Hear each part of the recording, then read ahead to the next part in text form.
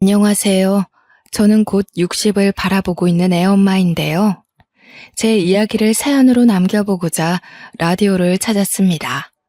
어려운 형편이다 보니까 자식들 키우느라 이 한 몸 뼈 빠지게 고생해야 하는 건 사실 당연하지 않습니까? 또 이런 가난이 그렇게 악착같이 살아가지 않고는 답이 없는 인생이잖아요. 그러나 저는 가난한 지난 삶을 한탄하고자 이 글을 쓰게 된 건 아니고요. 제게는 목숨보다 중요한 아들이 있는데 아들 문제 때문에 이 사연을 쓰게 되었어요. 아들 흉을 보려는 건 아니지만 아들의 실수로 인해서 하마터면 가난보다 더 고통스러운 시간을 맞을 뻔했거든요. 정말 용기 내서 이 사연을 들려드리는 거라 부디 누구의 탓은 말아주시고 감상 부탁드립니다. 저는 남편과 결혼한 지 10년 만에 남편과 사별을 했는데요. 한순간에 홀몸이 된 저를 버티고 극복할 수 있도록 만들어준 자랑스러운 존재들이 있습니다. 바로 남편의 자리를 든든하게 채워준 두 아들이었죠. 첫째 아들과 둘째 아들은 나이 차이가 10살이 나는데 거의 첫째가 둘째를 키우다시피 보살폈어요. 그 말은 제가 둘째를 출산하자마자 남편을 잃었다는 말과도 연결이 되죠. 남편과 함께한 첫째의 출산과 달리 둘째의 출산은 제게 갑작스런 산통이 와서 119를 불러 실려가게 된 경우였습니다. 당시 형편이 좋지 않았던 시절이라 남편이 주간일 끝나고 밤에 대리운전을 하고 있었어요. 첫째가 대신 남편한테 전화해서 제 사정을 알렸나 봐요. 뒤늦게 제 상황을 알게 된 남편이 놀라서 일을 일찍 마무리하고 급하게 병원을 오다가 교통사고를 당해버린 겁니다. 제가 출산한 몸이라서 남편이 눈 감는 그때 옆에 있어주지 못한 것이 아직도 한으로 남아있어요. 저는 당시 당장 움직이기도 힘든 몸인데다가 장례를 봐줄 사람이 없어서 바로 발인을 해야 했습니다. 첫째가 그 어린 나이에 어른들이 시키는 대로 따르면서 남편의 마지막 길을 배웅해 주었어요. 참 기특하면서도 하필 그 당시에 출산한 제 스스로가 너무 원망스러웠습니다. 남편과 저는 함께 가난했지만 남편이 늘 제게 풍족한 사랑을 주면서 버팀목이 돼주었는데요. 집안의 든든한 기둥이 사라지자 그 사실만으로 세상이 무섭고 정말 많이 힘들더라고요.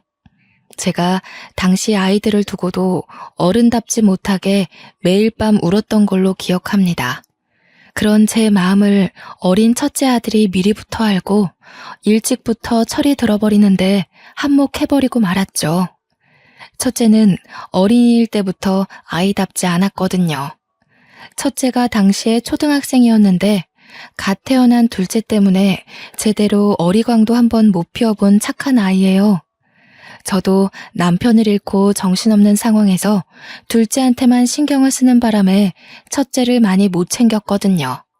그럼에도 첫째는 불평도 없었고 학업 성적이 떨어지는 것도 아니었습니다. 오히려 반장까지 하면서 반에서 모범을 보였어요. 첫째가 꼭 받아오는 상이 하나 있었는데 학교 생활과 타학생들에게 모범이 되면 주어지는 표창장을 매년마다 받아오더라고요. 그럴 때면 둘째만 챙기느라 첫째의 학교 생활을 들여다봐주지 못한 것이 얼마나 미안한지 모릅니다. 아직까지도 첫째 아들만 생각하면 엄마 노릇 한번 못해준 게 그렇게 후회와 미련이 남아요. 알지만 그럼에도 불구하고 당시 제겐 갓난아기인 둘째가 너무도 큰 영역을 차지하고 있었어요. 한 번씩은 제가 아이에게 해선 안 될 기대를 첫째에게 바라면서 화낼 때가 있었는데요. 호준아, 엄마가 동생한테서 눈 떼지 말라고 그랬잖아. 아유, 애 머리 빨개진 것 좀 봐. 멍들겠네. 이런 데 올려놓으면 금세 구부러진다고 몇 번을 얘기했어. 내가 분명히 보고 있었는데 잠깐 화장실 다녀온 건데 호영이 어떡해? 많이 다쳤어? 다음에는 더 조심할게. 죄송해요. 지금 생각해도 제가 유독 첫째한테는 참 계모 같은 엄마였죠. 그 어린이가 저 때문에 친구들과 놀지도 못하고 갓난아기를 봐야 하는 그 심정을 제가 차마 이해해주지 못했으니까요. 아무것도 모르는 첫째가 갓난아기를 돌보는 건 정말 말도 안 되는 일이잖아요. 둘째에게도 잘못된 육아 방식이고 첫째에게도 참 못할 짓을 하고 말았습니다. 하지만 그 당시에는 왜 그렇게 자꾸 첫째가 어리다는 사실을 잊어버리고 계속 첫째에게 과한 의지를 했는지 모르겠습니다. 아무리 사정이 힘들고 혼자서 두 아이를 기르는 것이 버겁다고 해도 내 아이한테 그러면 안 되는 거였는데 저도 현재 많이 반성하고 있답니다. 첫째는 제 꾸짖음에 서운해서 엇나갈 법도 한데 동생을 더 잘 보려고만 했지 결단코 제게 반항하거나 윽박지른 적이 단 한 번도 없었어요. 제가 가끔씩 구했던 일이 아파트 청소였는데 첫째가 학교 안 가는 날이면 동생까지 업고서 같이 청소를 도와주곤 했습니다. 그게 아파트 단지에 소문이 났는지 지나가는 주민들이 전부 우리 첫째를 보면서 경악을 금치 못했고 일부러 저희를 들여다보러 오는 사람들도 있었습니다. 어머나, 조그마한 애가 아기를 업고 있네. 기특하긴 한데 너무 힘들겠다. 얘, 너 힘들지 않니? 엄마 혼자 청소해도 되니까 집에 가는 게 좋지 않겠어? 아니요, 하나도 안 힘든데요. 저는 어려서 힘 많아요. 엄마가 저보다 나이 많으니까 더 힘들겠죠. 세상에 어쩜 이렇게 모난 곳 없이 자랐을까? 이모가 아들을 너무 잘 키웠네. 어떻게 이렇게 잘 키우셨대요? 말년에 복 받겠어요. 첫째는 지나가는 아파트 주민들이 그 착한 심성을 고스란히 느낄 정도로 정말 잘난 아들이었습니다. 저는 항상 첫째의 나이를 잊고 지내다가 주민들에게 그런 말을 들을 때면 뒤늦게 죄책감을 느꼈죠. 어느 집에서 아이가 아기를 업고 계단 청소를 하게 만들겠어요? 그렇다 해도 둘째가 있는 이상 첫째보다는 둘째를 더 챙길 수밖에 없는 처지였어요. 둘째는 항상 첫째보다 10살이나 어린 약한 존재였으니까요. 저는 그곳에서 첫째를 고등학교 보낼 때까지 일을 했던 걸로 압니다. 고등학생이 된 첫째는 사춘기 시기에도 불평 한 번 안 하고 그때까지 제 일을 도왔어요. 오히려 첫째의 지극한 효심은 나이를 먹고서 더 커지더라고요. 초등학생이 된 둘째의 연락도 첫째가 꼬박 받으며 둘째가 학교를 하교하면 늘 데리러 가고 그랬습니다. 제가 둘째 걱정을 덜 수 있도록 첫째가 저보다 먼저 나서서 자기 동생을 잘 챙겼죠. 제가 남편을 잃어 무너져 내릴 뻔했던 마음을 붙들고 힘낼 수 있었던 건 솔직히 첫째의 덕이 다했다고 봅니다. 그러나 속 한 번 썩인 적 없던 첫째가 딱 한 번 큰일을 낸 적이 있었는데요.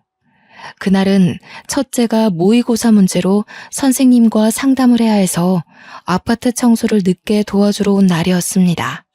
그날 둘째도 초등학생이다 보니까 알아서 제가 일하는 곳에 왔고 둘째가 얌전히 기다리고 있으니 첫째에겐 바쁘니까 굳이 안 와도 된다고 말을 했거든요. 그런데도 첫째가 기어코 찾아왔더라고요. 그런데 하필 제가 그날에 청소를 하다가 실수로 이 아파트를 찾아온 손님의 어린 딸에게 더러운 물을 튀기는 바람에 한바탕 난동이 벌어진 거 아니겠습니까? 여태 일하면서 실수 한 번 한 적이 없던 저도 그날은 놀라서 우왕좌왕하며 많이 당황했습니다. 어머나, 시은아 괜찮니? 이 아줌마가 정말 우리의 옷 다 젖었잖아요. 어떡하실 거예요? 안 그래도 날 추워지는데 감기라도 걸리면 어쩔 거냐고요. 죄송합니다. 그 옷은 제가 다 변상해 드릴게요. 연락처랑 계좌번호 알려주시면 지금 바로 송금해 드리겠습니다. 정말 죄송합니다. 어이가 없어서 이 옷이 얼마짜린지 알아요? 어린애 옷이라도 아줌마가 입고 있는 거적대기보다 비싼 거예요. 뭐 이렇게 조심성 없는 사람이 일을 하고 있어? 어디서 고용한 거래요? 여기는 사람 뽑을 때 테스트도 안 해보고 뽑나 봐?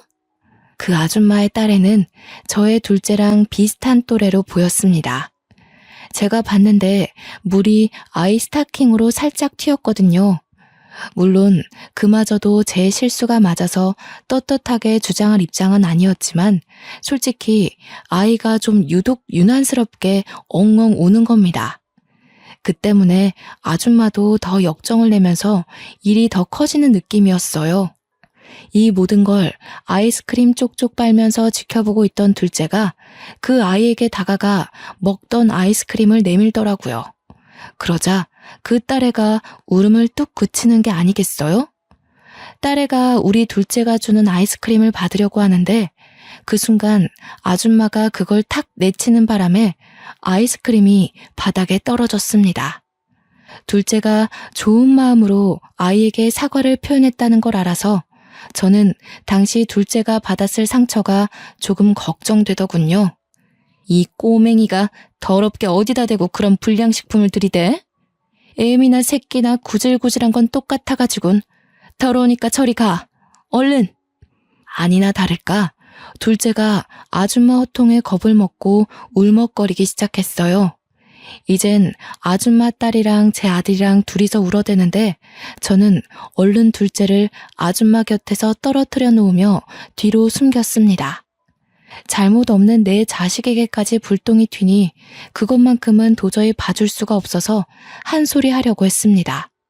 어른 잘못은 어른끼리 해결해야지 죄 없는 아이한테 트라우마를 남겨줄 필요는 없는 거잖아요.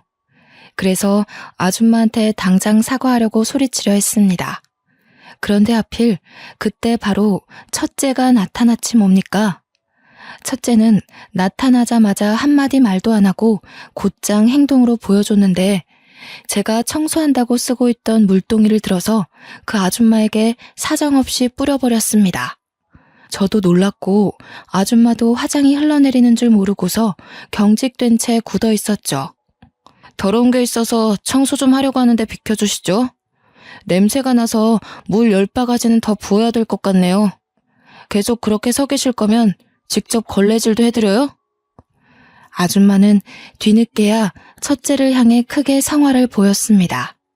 당장 우리 첫째를 어떻게 할 것 같은 표정으로 비명을 질렀죠. 제 딴에는 너무 큰일이었던지라 저는 떨리는 심장을 부여잡으며 제 자식들을 데리고 얼른 그 자리를 빠져나왔습니다. 혹시 아줌마가 쫓아와서 거액의 돈을 변상하라고 난리를 칠까봐 도망치듯 집으로 왔어요. 김우준, 너 어디서 그런 못된 짓을 배웠니? 엄마가 그렇게 가르쳤어? 아무리 화가 나도 그렇지 어른한테 그러면 어떡해? 그런 것도 어른 취급을 해줘야 된다고? 내 식구가 뻔히 당하고 있는 걸 멍청하게 가만히 보기만 했어야 해? 내가 힘이 있는데 왜? 네가 힘이 있긴 뭐가 있어. 너 아직 고등학생이야. 저런 돈 많은 아줌마가 작정하고 우리 집안 망하게 하면 네 앞길 단번에 막히는 거라고. 세상에서 돈이란 게 얼마나 무서운 건지 아니? 종이 쪼가리 그게 별것 아닌 것 같아도 그 고작 돈 때문에 우리가 이 모양 이 꼴로 사는 거야. 엄마야 돈 때문에 힘들어봤으니까 그런 소리 하는 거겠지. 나는 이렇게 살면서도 한 번도 돈 아쉽다는 생각 해본 적 없어. 나한텐 돈보다 가족이 먼저야. 굶어 죽더라도 나는 내 가족이 그런 취급받는 거 절대 못 내버려둬. 앞으로도 오늘 같은 일 있으면 주먹을 써서라도 나설 거야. 그날이 처음으로 첫째가 제게 반항을 했던 날이었습니다. 제게는 그날 첫째의 행실이 꽤나 충격과 반성으로 다가왔어요. 엄마 일이라면 항상 발벗고 나서는 착한 아들에게서 문득 벅찬 가족애를 느꼈고 둘째 때문에 신경 못 써주는 사이 훌륭하게 자라고 있었다는 걸 깨우쳤죠. 그렇게 화를 냈던 첫째의 마음도 결국은 식구를 위한 마음이었는데 저는 그걸 알면서도 그저 참아야 했다고 가르치는 어리석은 엄마였던 겁니다. 저는 첫째의 마음을 이해하지만 그러다 어려운 우리 형편에 큰 화라도 당할까봐 그걸 더 걱정했던 것 같아요. 첫째한테 한 소리 들은 그날 이후 제 자신이 정말 창피하더군요. 가족이 없었다면 돈 같은 것도 이렇게 악착같이 비굴하게 쫓지 않았을 텐데. 결국 돈이 필요한 근본적인 이유가 가족인 건데 사는 게 버거운 나머지 그 중요한 걸 잊고 있었지 뭡니까. 저는 그 아줌마의 강력한 민원 때문에 결국 일을 잘렸으나 그게 첫째 탓이라고 생각하지 않았습니다. 첫째는 자기의 욱한 성질 때문에 제가 잘린 거라고 사과를 하더군요. 그러면서 저한테 대들었던 일까지 용서를 비는데 가족을 위해서 용기 있게 나서준 아이의 기계를 어떻게 대들었다고 표현하겠습니까? 저는 첫째가 죄책감을 가지지 않도록 차분하고 진정성 있게 설명을 해주었습니다. 우리 호준이가 울었는데 그땐 엄마가 겁이 많아서 그랬어. 엄마는 우리 형편에 마냥 고개 숙이는 게 잘 살아가는 방법이라고 생각했거든. 그런데 그날 호준이 말 듣고서 엄마 생각이 잘못됐다는 걸 알았어. 옳은 짓을 했는데 왜 네가 사과를 해? 엄마가 몰라서 오히려 미안하다고 말해주고 싶었어. 첫째 아들은 제 앞에서 처음으로 눈물을 보였는데요. 사춘기라서 그런지 많이 감정적인 것 같기도 하더라고요. 그래도 우리 아들 눈물을 보니까 그동안 첫째가 고된 마음을 누구한테도 기대지 못해서 얼마나 힘들었을까 그런 생각이 들었어요. 너무 가슴이 미어지는 것 있죠? 그날 밤은 둘째가 아닌 첫째 등을 토닥토닥 두들겨주면서 그 다 큰 아이를 재워줬네요. 그 이후로 가끔씩 그 아파트를 지나가면 주민들이 저희를 알아보고 아쉬워하며 안부를 물어봐주곤 했습니다. 특히 첫째를 많이 궁금해하셨는데요. 첫째가 곧 대학 입학을 앞두고 있다니까 세월 참 빠르다면서 자기 아들 생각하듯 진심으로 자랑스럽게 봐주더라고요. 그러면서 감사하게도 첫째 수능 잘 보라고 이런저런 간식 선물도 많이 받았습니다. 하지만 첫째는 대학을 가지 않는 걸 택했어요. 바로 경시 공부를 하겠다고 하는데 저는 처음에 그런 첫째의 생각을 반대했죠. 그럼에도 첫째는 완강하더라고요. 아빠 생각도 엄마랑 같았을 거야. 내 자식들 남들 하는 만큼 똑같이 누리게는 못해줘도 시켜줄 수 있는 공부는 꼭 시키자고. 아빠랑 그렇게 약속했었어. 엄마가 대학 보내줄 수 있다는데 왜 안 가겠다는 거야? 돈 때문에 그래? 나는 불의를 일으키는 사람이 너무 싫어서 경찰이 되려는 건데 경찰대학 가는 게 아니라면 굳이 대학을 갈 필요 없어. 무용지물인 스펙을 뭐하러 돈 벌어가면서 다니겠어? 공채 시험으로도 충분해. 빨리 경찰이 돼서 한 살이라도 체력 좋을 나이에 승급할 거야. 어릴 때부터 그랬지만 첫째의 결정은 제가 어떻게 말릴 수가 없어요. 물론 내버려 두더라도 그게 염려되는 건 없었습니다. 첫째가 제 알아서 잘하는 것도 있고 꼭 한다면 하는 아이였거든요. 그렇게 바로 공채 시험 준비에 돌입한 첫째는 낙방 한 번 없이 합격해서 형사과에 지원하여 지금은 제법 기수가 찬 형사가 되었습니다. 이건 아들이 나중에 알려준 사실인데 사실 경찰대학을 갈 학점이 충분히 되었다고 해요. 등록금이 저한테 부담이 될까봐 말을 못했었고 이유가 돈 때문이라고 말하면 엄마가 어떻게 해서든 자기를 대학교로 보낼까봐 숨겼다고 하네요. 성적에 대해서 알리지 말아달라고 고등학교 담임 선생님한테 따로 부탁까지 했다는 거 아니겠어요? 이런 철두철미한 아이를 제가 어찌 이기겠습니까? 첫째가 번듯한 직장인이 되어주는 덕분에 우리 가정은 제법 빠르게 안정을 찾았어요. 청소 일을 잘리는 바람에 고깃집에서 불판 닦는 일을 하던 저는 첫째의 제안으로 일을 완전 관두게 되었고요. 둘째는 첫째가 보내주는 돈 덕분에 수월하게 대학을 갈 수 있게 되었습니다. 둘째도 형을 따라 대학을 가지 않고 바로 직장인이 되길 원했지만 첫째가 둘째만큼은 대학을 가서 좀 더 대접받는 삶을 살길 바라더라고요. 형은 대학 안 가도 돈 잘 벌고 있잖아. 나도 굳이 대학 갈 필요 없다고 생각했어. 자격증 준비하고 혼자 공부해서 취업할래. 형, 여기까지 오는데 엄청 힘들었어. 그래도 형은 맷집이 강해서 어느 누가 질타를 해도 쉽게 이겨낼 고집이 있었거든.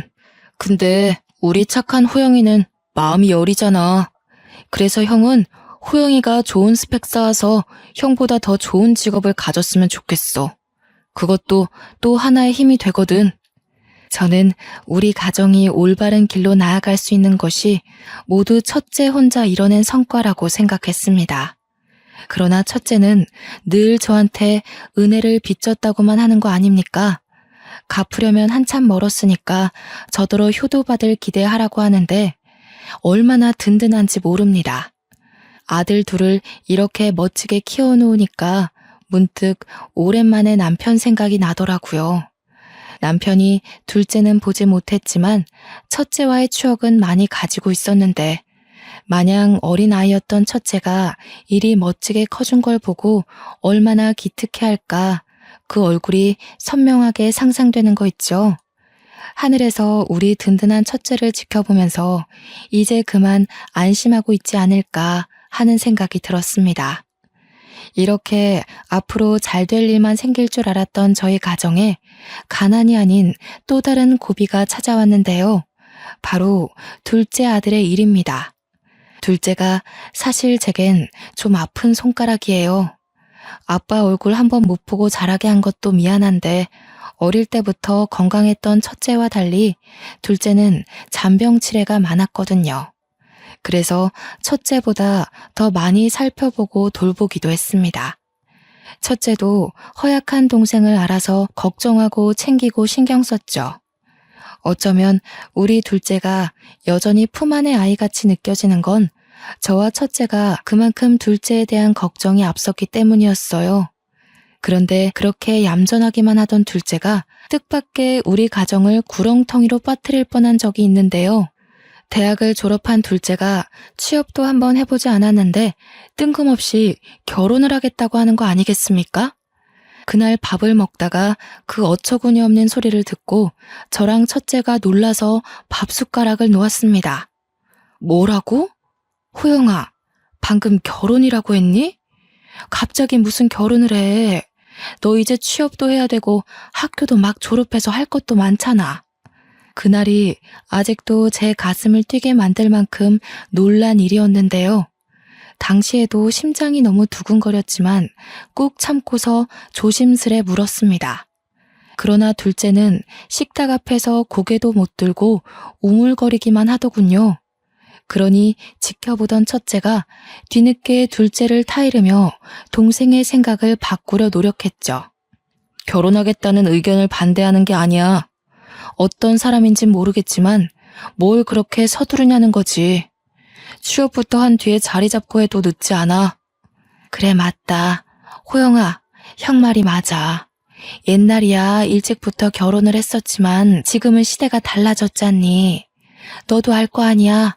요즘 애들이 네 나이에 어떤 일을 하는지. 결혼은 나중에 30 중반쯤 해도 늦지 않아. 저와 첫째는 나름대로 둘째의 마음을 존중하면서 그 생각을 돌리려고 했습니다. 그러나 둘째가 뒤이어 하는 말에 결국 첫째가 먼저 평정심을 잃고 말았지 뭡니까. 저도 둘째의 뒤은 고백에 너무 놀라 숨이 멎는 줄 알았습니다. 그게 무슨 소리야? 임신이라니? 지금 사고를 쳤다는 얘기야? 너 이거 사실 맞아? 도대체 밖에서 무슨 짓을 하고 다니는 거야? 같은 과 여자애랑 사귀고 있었는데 술 먹고 실수를 해서 나도 모르고 있었는데 알고 보니 임신이라고 하더라고. 사진도 있어.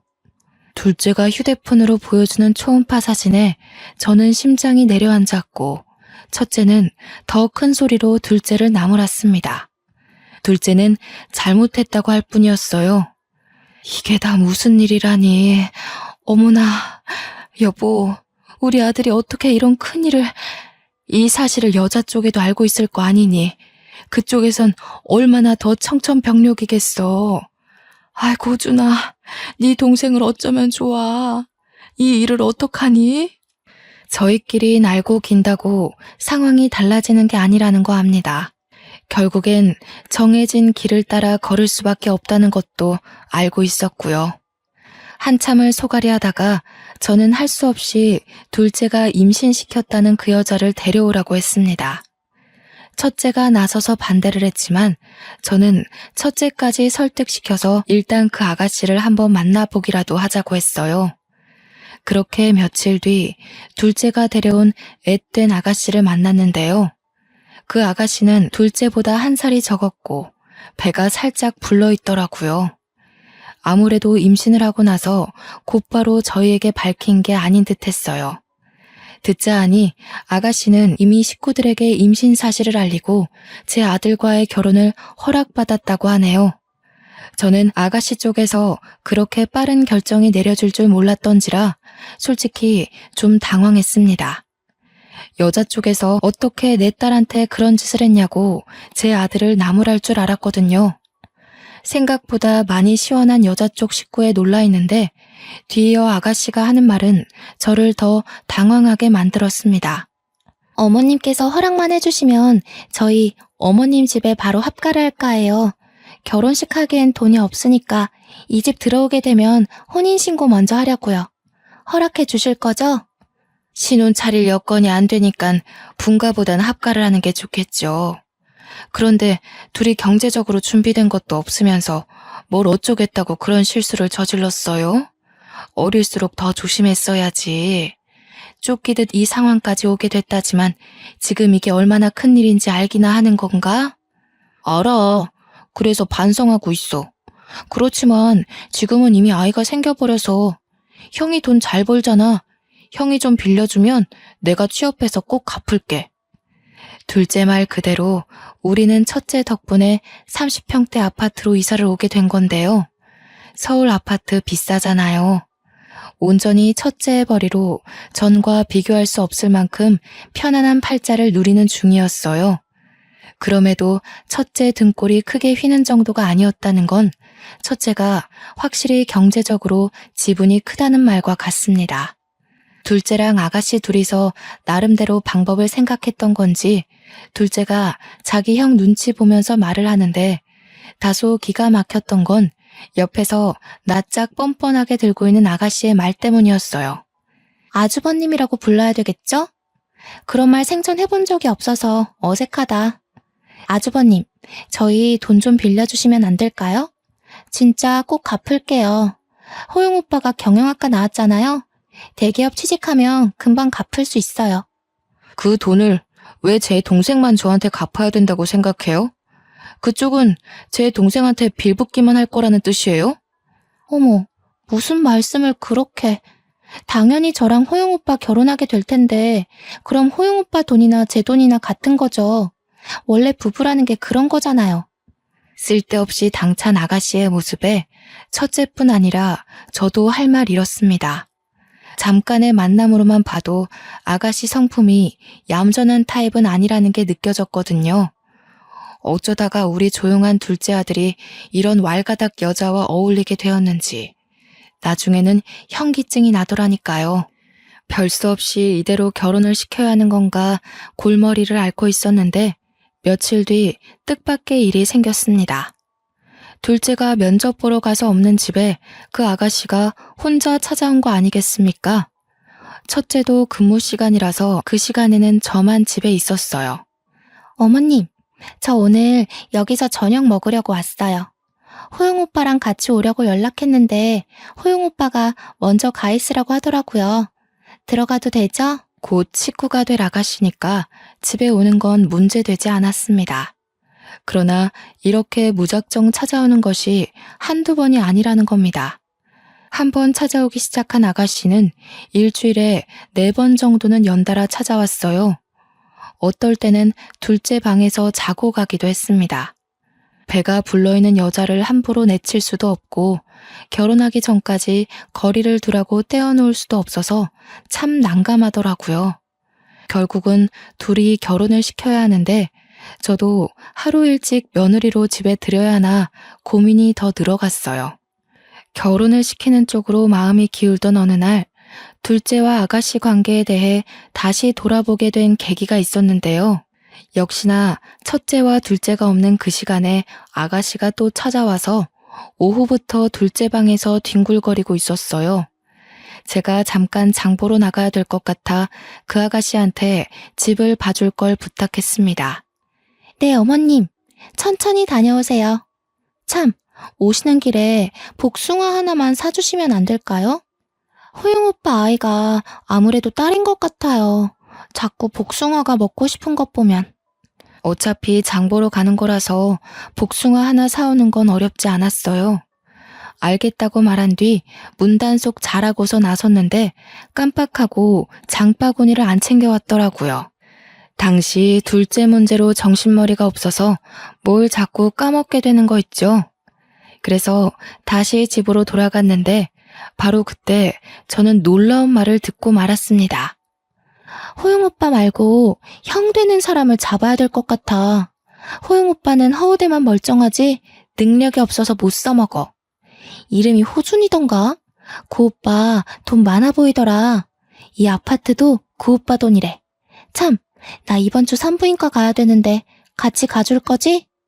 몰래 남의 얘기를 듣는 것도 간 떨리는 일인데 심지어 엄청난 걸 들은 듯해서 두렵기까지 했습니다. 그대로 급하게 집을 나온 저는 장 보러 가는 내내 아가씨의 말을 곱씹어 보았어요. 그런데 생각할수록 그 아가씨가 뭐 대단한 비밀을 감추고 있는 느낌이 드는 거 있죠. 혹시 아가씨 뱃속의 아이가 우리 둘째 애가 아닌 건 아닐까 싶은 생각이 들기 시작했어요. 그러나 단지 엿들은 내용만으로 뭘 어떻게 알아볼 방법이 없어서 떨리는 가슴만 안고서 시간을 흘려보냈습니다. 혼자 소가리만 하다가 이대로 제가 뭔가를 알아볼 기회라도 놓치게 될까봐 결국 첫째를 몰래 불러서 그동안 엿들었던 내용을 알렸는데 첫째가 듣자마자 바로 행동으로 실천하는 겁니다. 그 뒤로 첫째는 형사 기질을 발휘하여 아가씨를 뒷조사하기 시작했습니다. 아가씨는 서울 변두리 쪽에 집이 있었고 이혼 가정의 외동딸이었는데 원래는 잘 살다가 아빠 주식 때문에 집안이 망해서 부모님이 이혼을 했고 당시 일하는 사람이 엄마 하나라고 했습니다. 엄마도 전문적인 일이 아닌 아르바이트식으로 어렵게 돈을 모으고 있는 듯 했어요. 첫째가 한 번은 그 아가씨 뒤를 밟은 적이 있었다는데 따라가 보니 아가씨가 자기 엄마 일하는 곳을 찾아갔다고 하더군요. 그러나 첫째가 당황한 건 다른 부분에서 있었는데요. 그곳에서 아가씨 엄마를 보고 놀랐다고 했습니다. 그래서 더는 지켜보지 못하고 그대로 사진 몇 장만 찍고 바로 돌아왔다네요. 그리곤 그날 오후 어김없이 아가씨가 집을 찾아왔을 때 첫째가 그 사진을 처음 보여줬는데 아가씨가 엄청 당황하는 거 아닙니까? 지금 사람 뒤 밟았어요? 형사라고 그렇게 막 함부로 사람 미행해도 되는 거예요? 사진은 왜 찍는데요? 이거 초상권 침해예요? 당장 지워요? 왜요? 들키면 안 되는 거라도 있나 보죠? 어쩜 모녀가 하는 짓이 그리 똑같습니까? 정말 치가 떨려서 말이 안 나오더군요. 엄마도 봐봐. 이 아줌마 알 거야. 첫째가 보여주는 사진을 봤는데 사진 속 아줌마를 어디서 본 것 같긴 하지만 잘 기억이 나질 않았어요. 제가 고개만 갸웃거렸더니 첫째가 설명해 주더라고요. 제가 아파트 청소할 때 처음으로 민원을 넣은 아줌마라고요. 그제서야 그 악질 아줌마 얼굴이 생각났고 동시에 그 옆에 초등학생으로 보이던 딸의 얼굴까지 떠올랐어요. 바로 앞에 서 있는 아가씨를 보는데 그 어린 딸의 얼굴과 비스무리하게 겹치는 것 같기도 한 겁니다. 설마 그 아줌마 딸이 이 아가씨인가 싶더라고요. 둘째도 당시에 초등학생이었지만 자기 딴에는 큰일이어서 그런지 그때의 상황을 기억하는 것 같았어요. 우리 집 정보 알고 고의로 접근한 건 아닌 것 같으니까 그걸로 캐묻진 않을게요. 그런데 그 뱃속 아이 내 동생애 맞아요? 사진 속 이 남자애 아니고요. 뭐요? 무슨 소리 하는 거예요? 호영 오빠, 오빠 형 왜 이래? 오빠가 말 좀 해봐.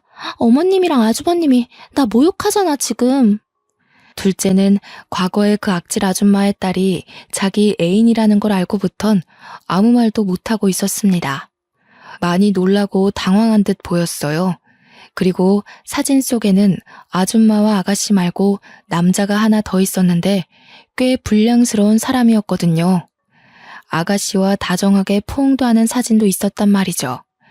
아마 그걸 보고 둘째가 충격에 더 충격을 받은 것 같았습니다. 몇 번을 말해요. 호영 오빠에 맞다고요. 이 사람 왜 이러는 거야 정말? 아주버님, 지금 나한테 실수하는 거예요. 아무리 제가 동생 와이프 될 사람이라고 해도 이렇게 하대하는 건 아니죠. 그렇게 자신만만하면 우리 동생이랑 유전자 검사 진행하죠. 호영이 아이라는 게 증명이 되면 우리도 마다할 이유 없어요. 그쪽한테 사과하고 식구로 받아들일게요. 진짜 막무가내시네? 애도 안 낳았는데 무슨 유전자 검사예요. 그리고 자존심 상해서 그런 거 하기 싫은데요? 호영 오빠, 가만히 서 있지 말고 뭐라고 말 좀 해보라니까. 형 말이 맞아. 나도 이미 이걸 봐버린 이상 검사했으면 좋겠어. 시은아, 너 양수 검사해. 나도 정액 검사 받을게. 둘째까지 우리 식구 의견대로 나오자 아가씨가 크게 당황하며 싫다고 부정했는데요. 늘 아가씨 의견을 존중했던 둘째는 검사 안 할 거면 결혼도 안 할 거라고 쐐기를 박는 거 아니겠습니까? 결혼이 목적인지 아가씨는 어쩔 수 없이 꼬리를 내렸고 검사 날짜를 잡았습니다.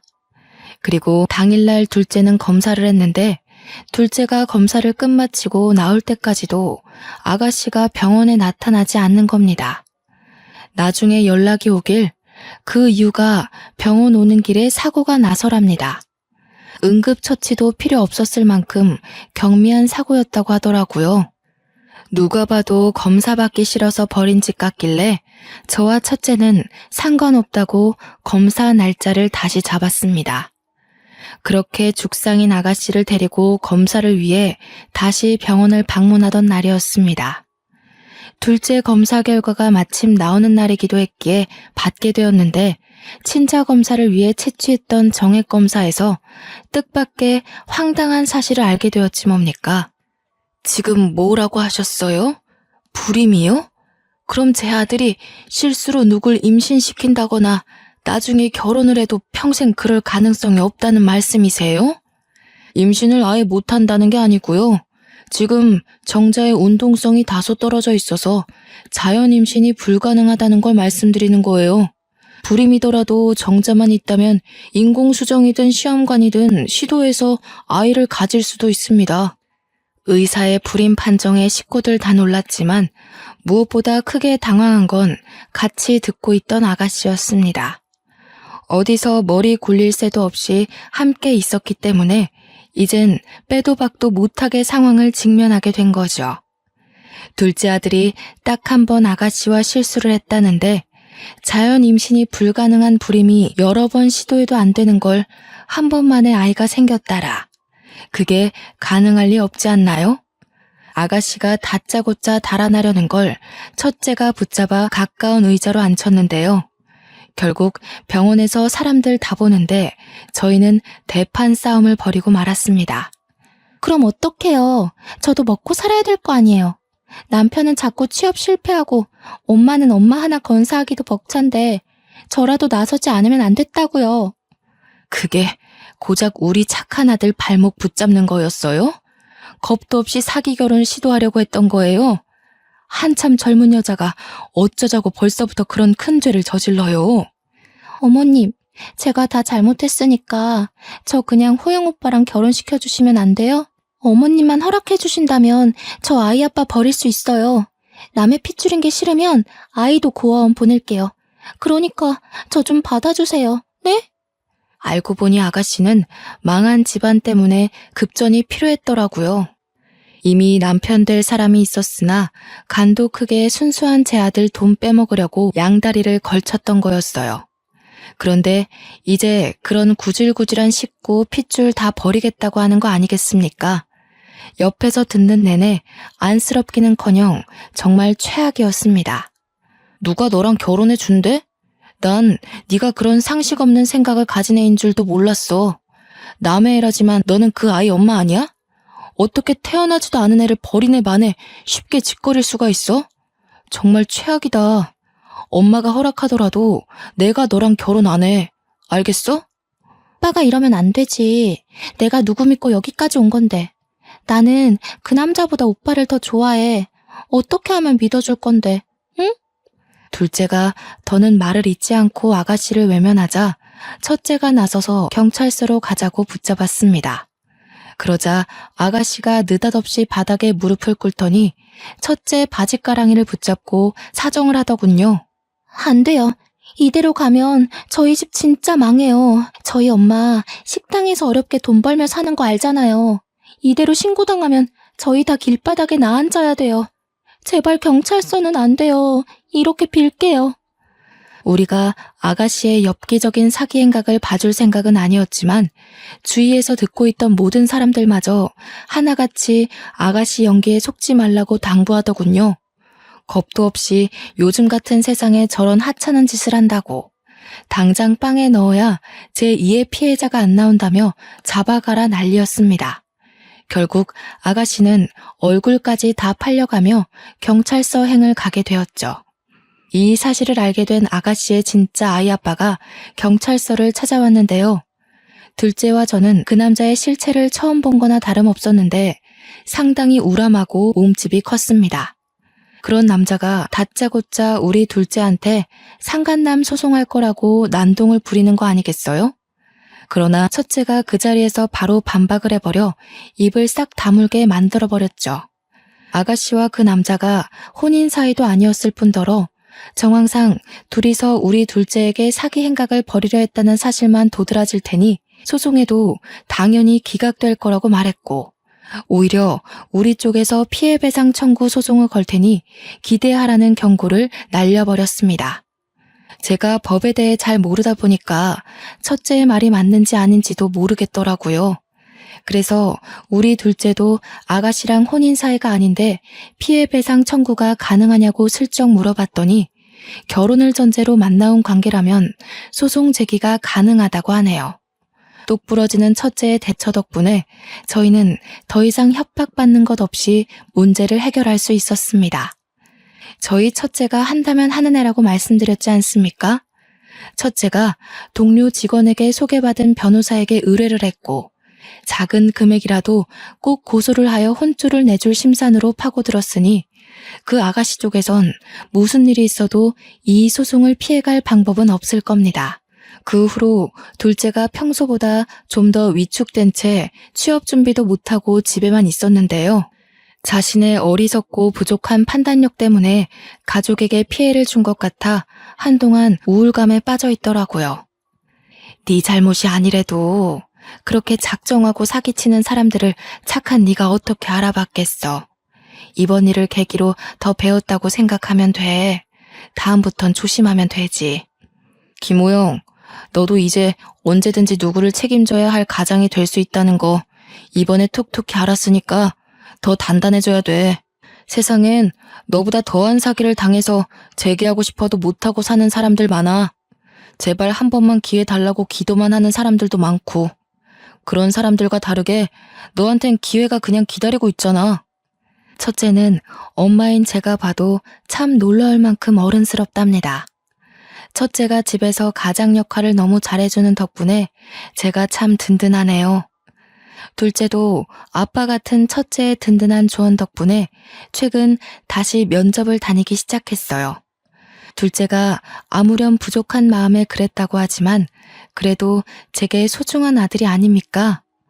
바보 같은 짓 했다고 걱정되는 마음에 나무라기도 했지만 이마저도 제가 다 포용하고 넘어가야 한다고 생각해요. 자식 키우는 거 쉽지 않잖아요. 저는 남들과 달리 자식으로부터 애먹어본 횟수가 적다고 보거든요. 착하고 얌전하게 자라준 아들인데 이 정도 말썽은 피울 수 있다고 봅니다. 이 기회에 둘째가 나름 책임감에 대해 배운 모습이라서 오히려 위안이 되네요. 이렇게 시끄럽고 가슴 떨리는 사건이 불과 2달 전에 있었습니다. 그나마 하늘에 있는 남편이 우리 둘째를 지켜줬기 때문에 이만큼에서 사건이 마무리될 수 있지 않았나 그렇게 생각하렵니다. 사람이 살아가는 데에 마냥 순탄할 수만은 없다는 걸 알지만 우리 아들 둘은 부디 고난 역경을 다 피해갔으면 좋겠어요. 이게 자식 있는 부모들의 마음이겠죠. 사연을 쓰다 보니 엄마 역할을 잘 해내지 못한 저의 어리석음이 너무 돋보이더라고요. 쓰는 내내 얼마나 창피했는지 모릅니다. 좀 더 현명하고 똑똑한 엄마였다면 내 자식들이 좀 더 나은 환경에서 자라지 않았을까 하는 아쉬움이 있네요. 그래도 이렇게 모자란 저를 대우해주고 늘 우선으로 봐주는 착한 아들들이 있어서 제가 엄마 소리 듣고 잘 살고 있지 않나 싶습니다. 제 사연이 혹시 듣기 불편하진 않으셨나 모르겠어요. 사연을 즐겨 듣다가 저도 한번 도전해보고 싶어서 첫째 아들한테 컴퓨터를 좀 배웠거든요. 이걸 쓰는데도 거의 반나절이 걸렸지 뭡니까. 첫째가 도와준다고 하는데도 온전히 제 손으로 읽어내느라 한참 진땀을 뺐네요. 이제 이야기도 마쳤으니 그만 일어나서 허리 좀 펴야겠습니다. 서투른 제 사연 감상하신다고 고생 많으셨습니다. 모두 가시밭길을 피해가는 삶을 살길 바랄게요. 감사합니다.